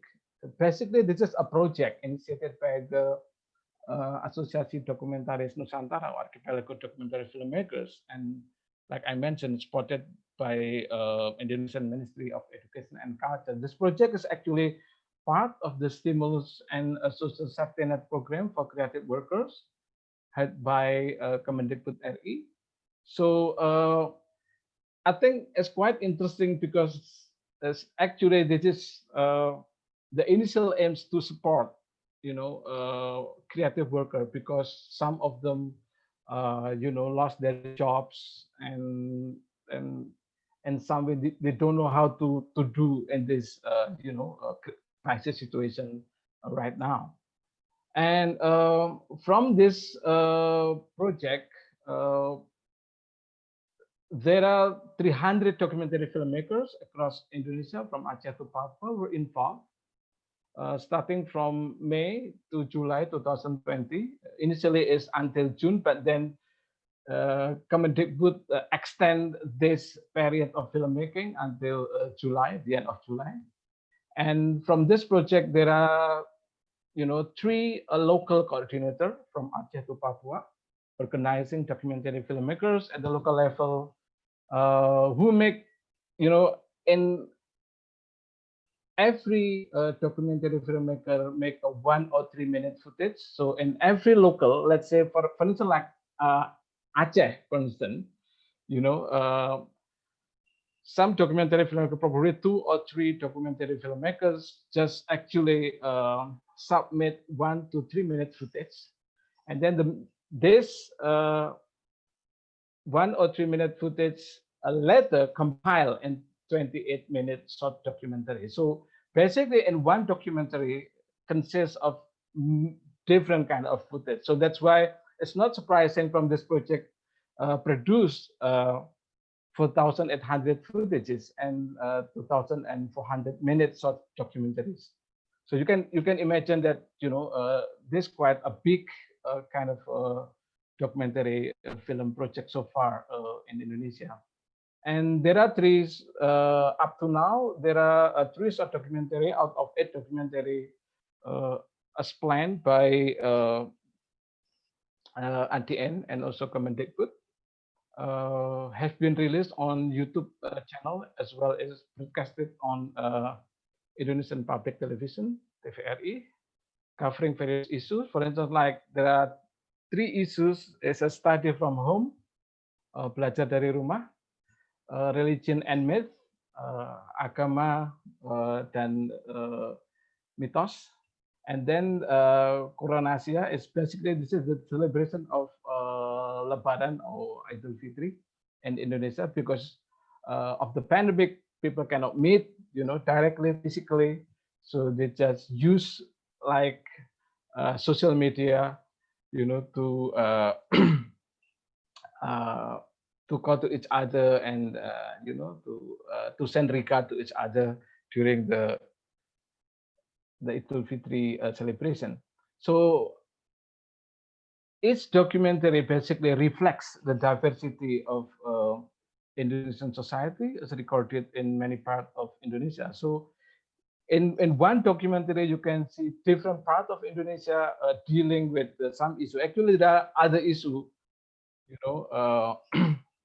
part of these 3 issue is issue about the environment, issue about like small scale enterprises, how they survive during the crisis and so on. Yeah? So this actually is ongoing project, and I think some is already finished their shooting in the field, but I think now is in the post-production process. So let's move to the other documentary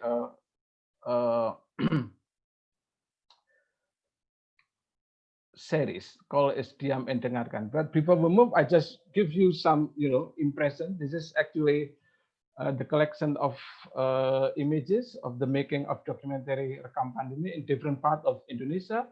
I think in the bottom of the slide is actually in Aceh. The other, I guess, I don't know, it's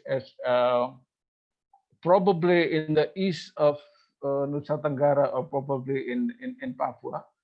I'm not exactly know this footage. And the other one is, I think, in Java. Yeah? So let's move to the other documentary series called Diam dan Dengarkan, Listen and Silent and Listen. This is, like I mentioned, produced by Anatman Picture. And what is quite unique of this documentary is actually no credit for the director. So the creator, Mahatma Putra, called himself is not film director. He just simply, I'm a creator or facilitator, and actually this project, sort of like a collaborative project, not a single person or individual kind of a project. And quite interesting the way how they make this documentary, because Mahatma Putra and his colleagues using public domain footages, videos, image with Creative Commons attribute, meaning that anyone can use as far as acknowledge the source of this image and video. So this is quite interesting, I think, term, Creative Commons, instead of property right, something like that. And then they distribute and exhibit it through a popular video-based site, YouTube, in this case. So in this documentary film, you can see even some footage from classic film, for instance, like Charlie Chaplin, and also like other, other classic film. But the videos, can obtain from the public domain site. Some famous actors and public figures with different background are involved as a narrator. So basically, this video is more like or this documentary can be classified, if I'm using theory of documentary film, is like more like explanatory documentation, yeah, documentary, yeah. So just to explain what the problem and how solve the problem, and also to appeal the audience, you know, to address the problem and to involve in the process to solve this problem. Christine Hakim, as you may know, is a very famous and leading film stars in Indonesia, and also Andin Aisyah, singer, Butet Manurung, teacher and activist of Sekolah Rimba. Eva Celia, I think she's quite a young famous musician. Nadine Alexandra, actress, and also Denis Adiswara, actor. So it's quite interesting. According to Mahatma Putra, the creator of Diam and Dengarkan, they also work for Bono because they have same concern about environmental issues. This documentary actually consists of 6 chapters. They call it chapters: Kiamat Tak Terhindarkan, Unavoidable Apocalypse, Kerajaan Plastik, Plastic Kingdom, Mensana and Corpore Sano. This is sort of like a slogan, if you have a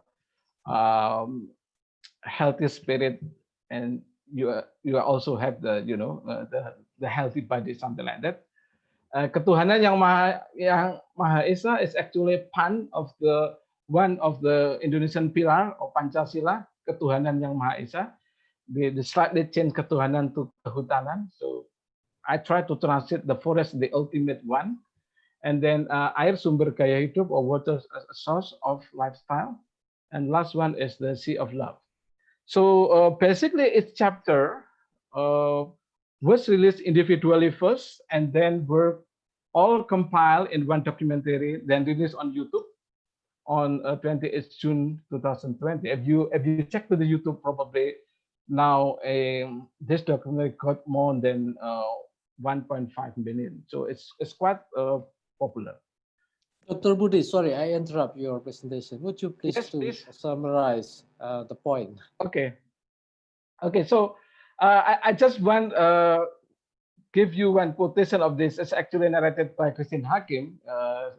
In the one part, she said that finally there is a pause for the world to stop evolving, for humans to pause and reflect in order to love one another together with living organisms. So this, I think that's really to Dr. Tian Ariman presentation about love.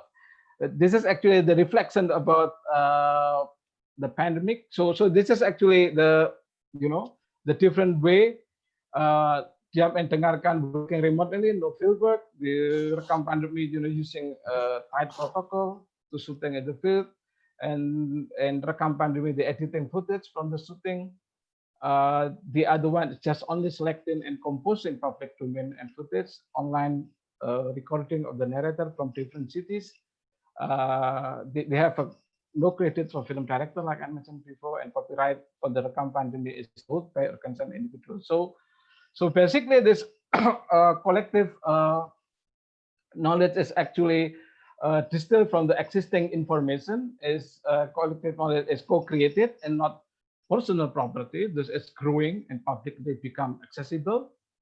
And the interesting thing is acquiring knowledge is bound to take a concrete action after self-reflection. So this is actually the objective of this filmmaking, according to Mahatma Putra, the creator, is how people do after watching this film. And like I mentioned before, that's actually by uploading on YouTube channel, it's open up access and visible, so the people from remote area in Indonesia can see image of people like them in a way unimaginable without the digital technology. So to conclude, I think I have 3 conclusions. First, the COVID-19 pandemic has shaped the way to make a documentary film and create a new work ethics and culture. By circulating and exhibiting through the YouTube channel, the Rekam Pandemi documentary become widely accessible to continue to grow. And the last common ownership principle of documentary allow the audience to participate in the knowledge production. I think with that, I finish my presentation. Thank you. Okay, thank you, Dr. Budi Irawanto. All of the participants, we already got all presenter here, speaker here. Then the left of the time, this is the, I think we should manage the time. I will ask the participant, sorry, read the comment or question from the participant first, and then also the speaker will respond or answer such comment or question. Then also the last thing, the very important thing, that the speaker also give the closing statement. Okay, so more or less we have 15 minutes. So the first question go to Mas Rian, Dr. Rian Nugroho, about the digital society. Uh, uh, this is the definition about digital society. How can we define the digital society? I mean, the empirical thing that we can see what digital society really is. Singaporean, Japanese. The question come from Ross Widastomo. I think Mas Rian can clarify about the concept digital and also the implication or consequences for our society in the pandemic era. And also the question goes to Dr. Daru and Mas Wisnu Prastya, and also I think from Mas Ngurah go to Mas Rian and Mas Daru. Mas Ngurah gave some, I think this long comment, but I tried to pick the point. This is about the public concept of the public in the government public communication, but there are the Garnet. He quote the Garnet suggests that there are two different public that are client and constituent public. Both have different need and interest when responding to government policy and message. Constituent public defined as political party, especially the opposition leader, interest group, NGO, and even the press in some sense. And then also the client is different from the constituent public. So how the government got to deal with the such public, different public, at least two type of this public. And then to Dr. Arimami, I already raised a question through the WhatsApp to Dr. Arimami, but I also read the question from Bening to Dr. Arimami. We could see how high is the number of people expressing the reason by the tech during this pandemic. Everybody seemed to get new normal way of interaction. It's easier to express something by the tech. All of the question is, would someday the media be boomerang, which is the people finally be more confident or more comfortable express something by the tech only, and also people finally think that it is no longer necessary to directly meet and say anything to other. We can do anything by the media. So the question that I already raised to Dr. Arimami, is it really right now the transforming from the medium of the message to the medium, no longer medium is message, but the medium is the self. It is the Mikluhan. Then we should revise the phrase from the Big Lohan. I think this is the changing paradigm. But the question comes from Asep. Asep, I'm one of alumni right now, finishing PhD in Warwick University, UK. Asep said that it seemed obvious from the presentation that while the top-down mechanism, I mean, what he means is government and journalist practice, failed to provide essential aspect of crisis communication. The bottom-up mechanism, dating and film production must go on. The question he raised to all panelists, as some scientists predict that the pandemic will come more regularly in the future, do you think that this tendency will remain the same? And also the question from Common, I think, and also a question from Anindya, not directly to specific, directed to one of the presentation speaker, but I think to all speakers.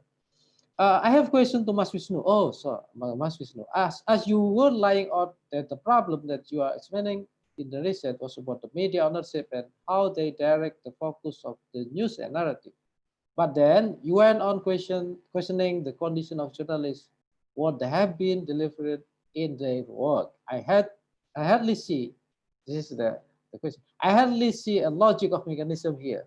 So, Mas Wisnu, I think you should explain what the condition of journalists, how they manage during their job during the pandemic. Could you elaborate more on this?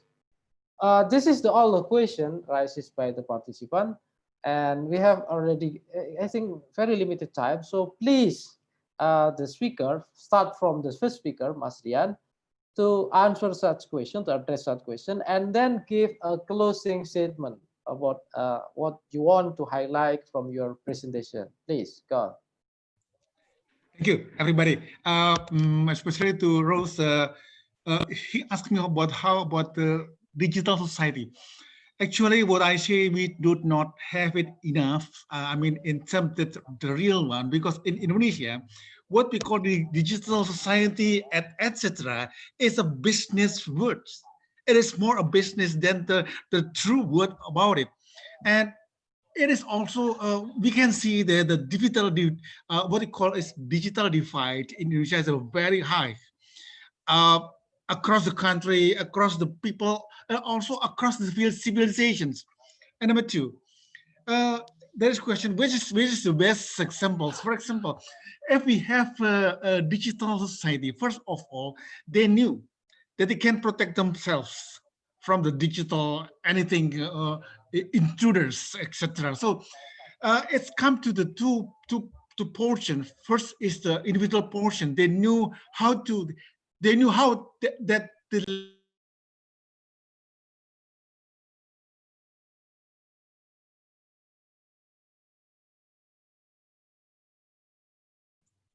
sorry, somebody moved me.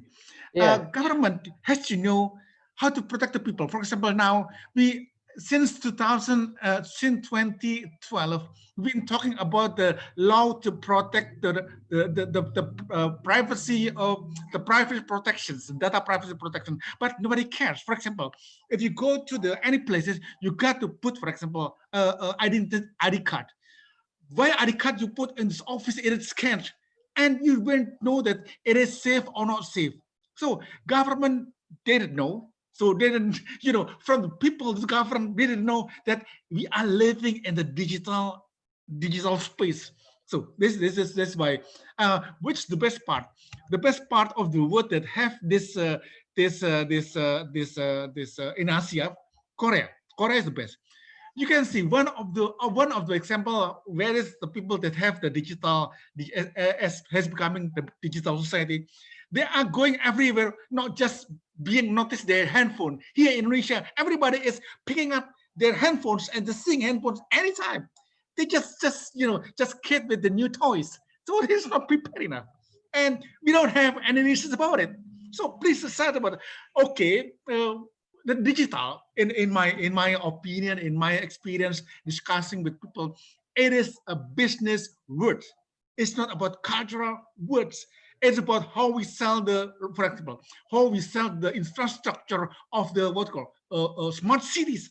Smart cities is the city is smart, the people is dumb because they don't know what to do. They're just asking for the free internet, Wi-Fi, etc. They don't know even how to do it. When we have Wi-Fi, first of all, we chatting a social thing that's useless, did not create productivity. 80% more is not productive.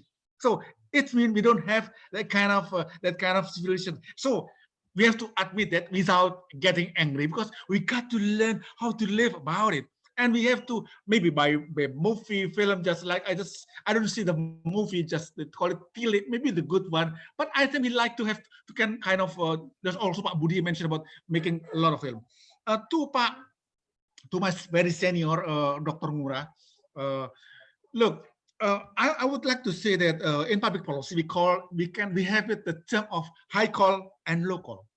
Why in Indonesia crisis communication did not appear as the agenda of government? Because there is a low call of policy agenda in government. I'm a meeting parallel. In my right side, I have a meeting with Lieutenant General Doni. He's from the Satgas of COVID. I'm a part of expert over there. But he just met with President. what he was taught. There is no agenda on communication. It means communication is a very low call. And I don't know how about it. Sometimes, somehow, we got to do this all together. We got to fight. It has to be a high call. Dr. Arimami also about intimacy. Everybody can provide the angles, the critical angles, how we create intimacy to people get and know that COVID is a true one. And the third is about the question is about how actually communicate the COVID. Actually, we didn't know how to communicate these issues because too many things get conflicted and get confused. For example, it is really a virus. It is just a biological war. It is anything or just like a mafia, just like if we see a movie of Spectre.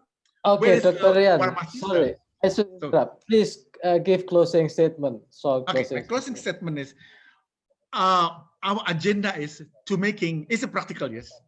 Indeed. How we make the policy in crisis and crisis of policy, how we make a crisis communication as government agenda to COVID response. And it is all our task. Thank you. Okay, thank you. Then we move quickly to Dr. Megandaru. Please respond the question, give answer or comment, some question, and then give us a closing statement, please. Okay, good. Thank you, Dr. Nyabri. Sorry, my English is not good enough. I agree with Dr. Rian, and I think the government business is a communication. So if we discuss about government, we must discuss about epistemic community. One is political decentralization, and second is administrative decentralization. So when the two epistemic community discuss about that, I think it's better if discuss about communication too. It's not about the good to the local government give political more or administration more, but the business of local government or in a government is a communication. Because I agree with Professor Ian, a government is about trust. Yeah, if you don't have a trust, yeah, you can do anything a good policy.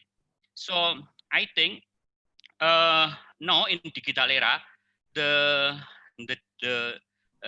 digital era can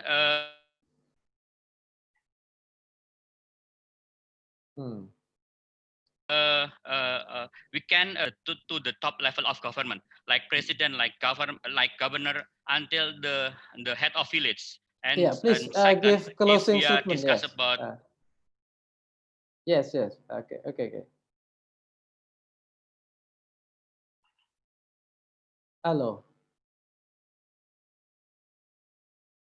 Hello, we lost the connection.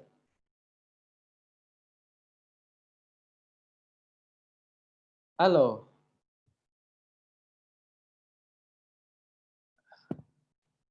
Hello. Hello.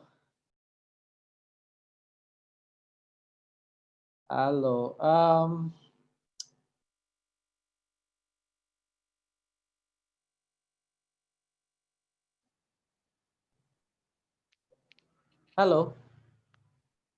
Hello, Mas Megandaru. Hello.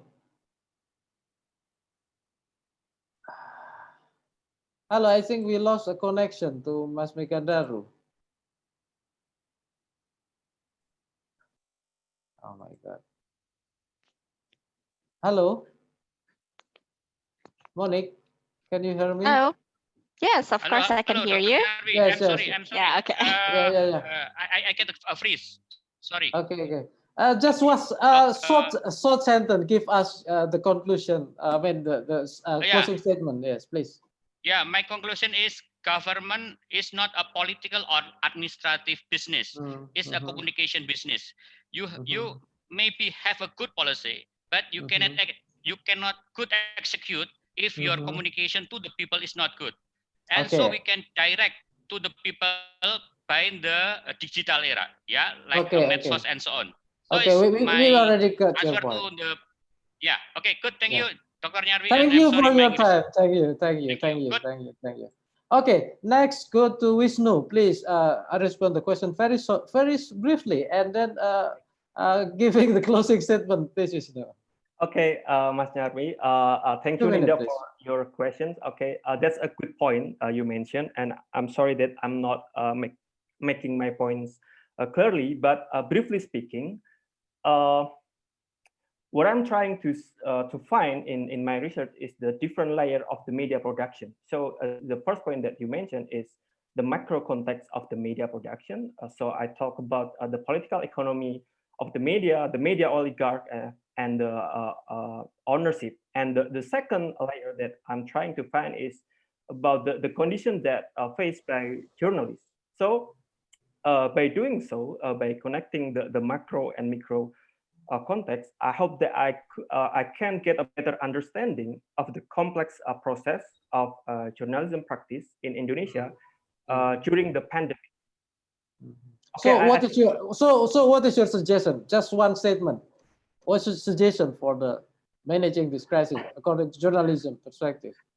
According to journalism perspective, I think the most important thing for the journalists is they have to, managing the flow of informations, and they don't have to amplify the conspiracy theories in the social media, because it will lead us to the chaos, the chaotic. Okay, thank you, Wisnu. Okay, We got thank you, your Mas. point. Thank you so much. Okay, next, Mbak Moni, Dr. Diara Rimawi, please, it's your time. Briefly, Okay, please. swiftly. Okay. Yeah. First, responding to ASEP, whether it'll be the same or not, I believe that nothing change.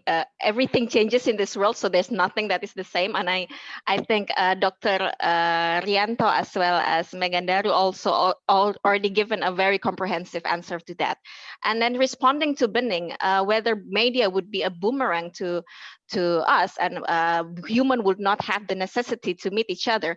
I think that is actually the point, where every theories talking about mediated intimacy are talking about the fear of how people interact will be different, and will be going into a post-humanism where we are not meeting each other.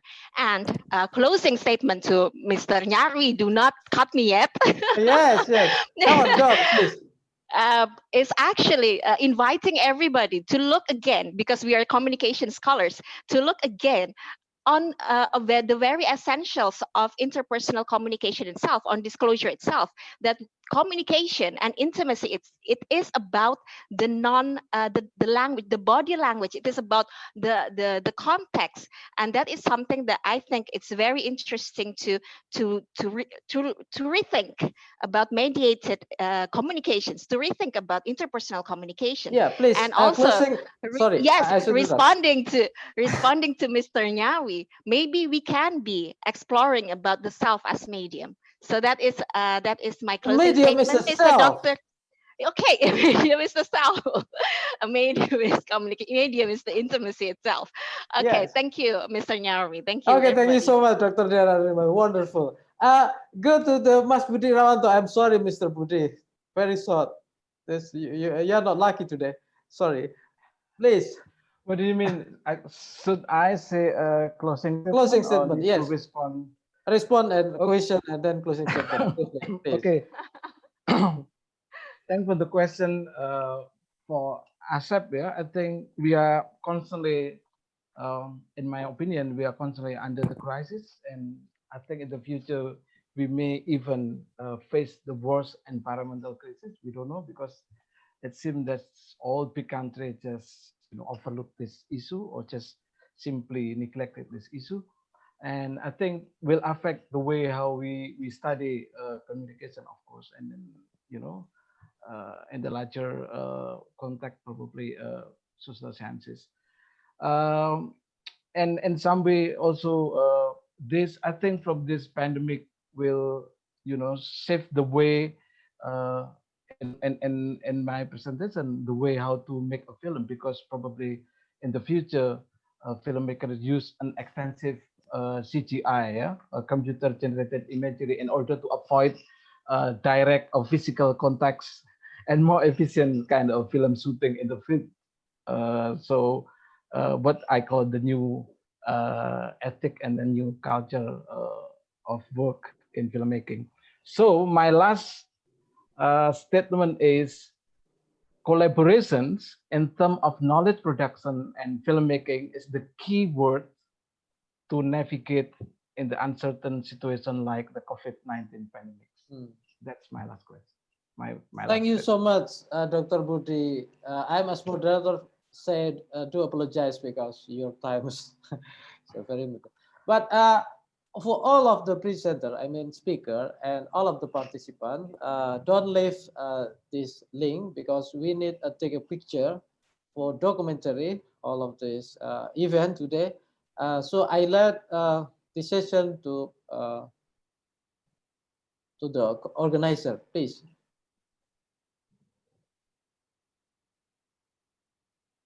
Hello. Iya Pak, kenapa ya Pak? Sorry. Yeah, you said that you are going to take a picture. Yes. Documentary, please. Please show the camera, please, to all the audience, all the Yeah. participants. Turn off the camera, please, all of the participants. Yes. Just moment, please. I will take a Okay. screen capture. Saifa, Arif, Bening, Fadil, Nurul Fadil. Rufki, come up. Yeah. Yeah, Great presentations.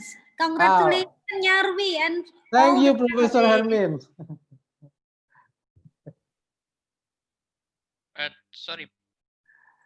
Mas, make Gadaru. Okay, you are ready. Come. Okay. Thank you all. Udah belum? Yes, I have took the photo. Yes, I have taken the photo. You are ready, finish? Yes, I have. Thank you. Okay, thank you so much for all of the participants, to all of the speakers. I'm really sorry if I'm not managing providing the time equally, but I hope this session will give us some new insight, and then we can elaborate and discuss for the other moment. Thank you so much. Thank you. Assalamualaikum warahmatullahi wabarakatuh. Waalaikumsalam. Terima kasih semua. Waalaikumsalam. Thank you. Izin live ya. Siap. Yeah, thank you, Mas Daru. Ye, Prof. Matur nuwun. Yang masih join ada beberapa sesi lagi. Silahkan. If you want to join the other session, there are so many sessions. But Hermin remind us to join the other session, please. Thank you. Okay, I will share it later. Yeah.